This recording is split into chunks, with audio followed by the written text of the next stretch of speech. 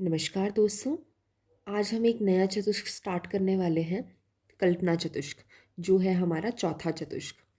इसमें हम सबसे पहला जो अध्याय है इस चतुष्क का है वो है 13वां अध्याय, स्नेह अध्याय।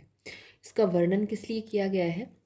हमें पता है कि जो रोगी व्यक्ति होते हैं या फिर स्वास्थ्य के लिए भी इवन उनके लिए पंचकर्म जो है वो सर्वश्रेष्ठ होता है। और पंचकर्म से पहले हम कराते हैं पूर्व कर्म, स्नेहन और स्वेदन, उन दोषों को कोष्ठ में लाने के लिए। उसमें अब इसका स्टार्टिंग कैसे किया गया है? सांख्य है, संख्यात संख्येय है, सहासीनम पुनर्वसुम जगतीतार्थम प्रवच्छ वहनिवेश स्वसंशयम।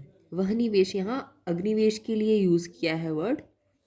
इसने बोला गया है कि जगत प्रसिद्ध जितने भी वहाँ पे जगत प्रसिद्ध ब्रह्म ज्ञानियों के साथ बैठे हुए जो वहनिवेश यानी बैठे हुए भगवान जो पुनर्वसु आत्रेय थे, उनसे पूछा अग्निवेश ने, यानी वहनिवेश ने जो उनके संशय थे उनके बारे में पूछा, जो भी स्नेह से रिलेटेड थे। उन्होंने पूछा कि उन्होंने कितने प्रश्न पूछे थे हमारे पास? 25 प्रश्न पूछे हैं यहाँ पे स्नेह के बारे में। सबसे पहला था कि किम योनियः, यानी कि जो स्नेह होते हैं उनकी योनियाँ कितनी होती हैं, कि उनकी उत्पत्ति के कारण क्या क्या होते हैं। कति स्नेहा, स्नेह होते कितने प्रकार के हैं।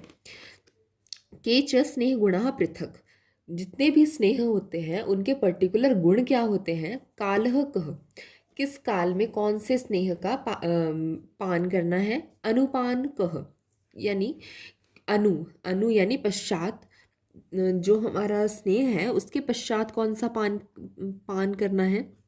कति काश्च विचारणः, स्नेह की जो विचारणाएं होती हैं यानी पीने की कल्पना कितनी है और कौन कौन सी हैं, कौन कौन सी फॉर्मुलेशंस के रूप में हम किसी स्नेह का पान कर सकते हैं। उसके बाद है कति मात्रा, कि किस स्नेह की कितनी मात्रा लेनी है हमने। कथम मानः, यानी कि स्नेह पीने में वह कितने मान में लेनी चाहिए, मात्रा और मान। काच केशुपदिश्यते, यानी स्नेह की मात्रा कितनी लेनी है और किन किन रोगों में कैसे कैसे दी जाती है, रोग विशेष के साथ। प्रकर्ष स्नेह च कः, यानी स्नेह का प्रकर्ष कहाँ करना चाहिए, अर्थात मतलब एक स्नेह की मात्रा दिन में कितने दिन तक चलनी चाहिए। और आगे है स्नेहया के, स्नेहन करने योग्य जो पुरुष हैं वो कौन कौन से हैं। कोई पर्टिकुलर सिम्टम्स होंगे ना, तभी हम किसी पुरुष का स्नेहन करवाएंगे।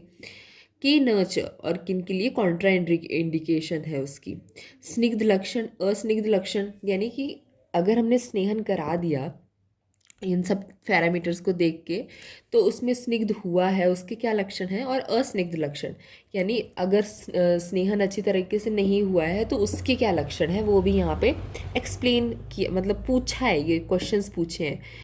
अब ये तो हमें पता ही है कि अगर हमने सम्यक अस्निग्ध देख लिया है तो अति स्निग्ध भी देखेंगे, क्योंकि कोई भी चीज़ है पहले हम उसका समान मात्रा देखेंगे कि वो उसका जो एक्चुअल इफेक्ट था वो आया है या फिर कम रह गया है या ज़्यादा हो गया है, वो भी उसके साथ देखेंगे।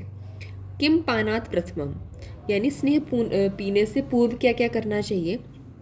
पीते जीर्णे किम च, यानी पहले हमने देख लिया कि स्नेह पीने के पहले क्या करना है, बाद में क्या करना है वो भी देखना है। फिर है हित अहितम, स्नेह के पच जाने पर क्या क्या इंडिकेशंस हैं और क्या क्या कॉन्ट्रा इंडिकेशन है, किन किन जो चीज़ें हमने लेनी है। के मृदु कोष्ठ, यानी अब हमारे पास कोष्ठ के हिसाब से भी देखेंगे कि मृदु कोष्ठ में कौन सा लेना है और क्रूर कोष्ठ में कौन सा लेना है।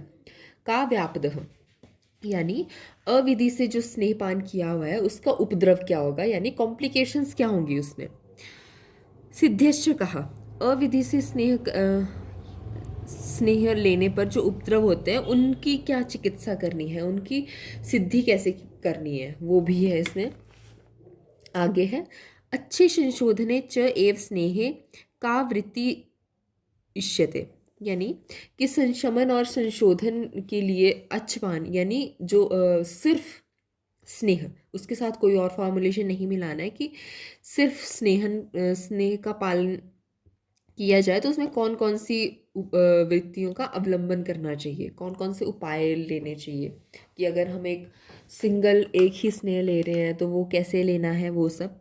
विचारणा केशु योज्या विधिना केन तत् प्रभो, यानी स्नेह की विचारणाओं का प्रयोग किन किन रोगों में, किन किन मात्राओं के साथ और किस विधि से करना चाहिए। ये सारे क्वेश्चंस थे अग्निवेश के आत्रेय पुनर्वसु से। स्नेहस्य अमित विज्ञान ज्ञानम इच्छामि वेदितुम, ये सारी अमित विज्ञान यहाँ पे पुनर्वसु आत्रेय जी के लिए बोला गया है कि ये सारे जो क्वेश्चंस थे वो उनसे पूछे गए। ठीक है, तो हम एक बार फिर से देख लेते हैं कि क्या क्या देखा इसने। जो 25 प्रश्न थे अग्निवेश के वो कौन कौन से थे। पहला कि कितनी योनियाँ होती हैं, फिर स्नेह कितने प्रकार के होते हैं और उनके गुण क्या होते हैं, किस काल में स्नेहपान करना चाहिए, किस विचारणा के साथ स्नेहपान करना चाहिए, मात्रा उसकी किस मान में लेना चाहिए, उसके बाद कि किसके लिए किन रोगों में देना चाहिए और कितनी मात्रा होनी चाहिए, उसके बाद कि किस पुरुष के लिए हितकारी होता है, और उसके बाद है कि उसका प्रकर्ष क्या होना चाहिए, यानी कि मात्रा कितने दिन तक चलनी चाहिए। मतलब एक बार जब स्टार्ट कर दिया है तो उसके बाद कितने टाइम तक उसकी मात्रा चलनी चाहिए। स्नेह या के, यानी कि कौन उसके योग्य पुरुष कौन कौन से हैं और कौन नहीं है। फिर स्निग्ध अस्निग्ध के लक्षण आ गए, अति स्निग्ध के क्या लक्षण होते हैं और उसके पूर्व क्या पान करना चाहिए, उसके पचने के बाद क्या करना चाहिए, उसमें हितकर और हितकर क्या वस्तु होनी चाहिए, जब पच जाने के बाद क्या लेना चाहिए, जो संसर्जन क्रम वगैरह चलता है, और कोष्ठ के अनुसार कि मृदु कोष्ठ के क्या लक्षण है, क्रूर कोष्ठ के क्या लक्षण है, और अविधि से पीने में क्या होता है, और अगर उपद्रव हो गया तो उनका चिकित्सा कैसे करनी है, और जब अच्छी यानी सिंगल डोज लेनी, सिंगल यानी स्नेह ही लेना है हमने, तो उसकी क्या इंडिकेशन है, और विचारणा केशु युज्य विधिना केन तत् प्रभु, यानी कि विचारणा का प्रयोग कर किन किन रोगों में और किन किन मात्राओं और या किस विधि में लेना चाहिए। तो इसी के साथ हमारा ये इंट्रोडक्शन इसका स्टार्ट हुआ, ये पुनर्वसु आत्रेय जी से जो क्वेश्चंस किए गए। अब नेक्स्ट वीडियोस जो आने वाली हैं उनमें हम देखेंगे कि हर एक क्वेश्चन में जो पुनर्वसु आत्रेय जी का उत्तर क्या था। तो इस वीडियो के लिए इतना ही। नमस्कार।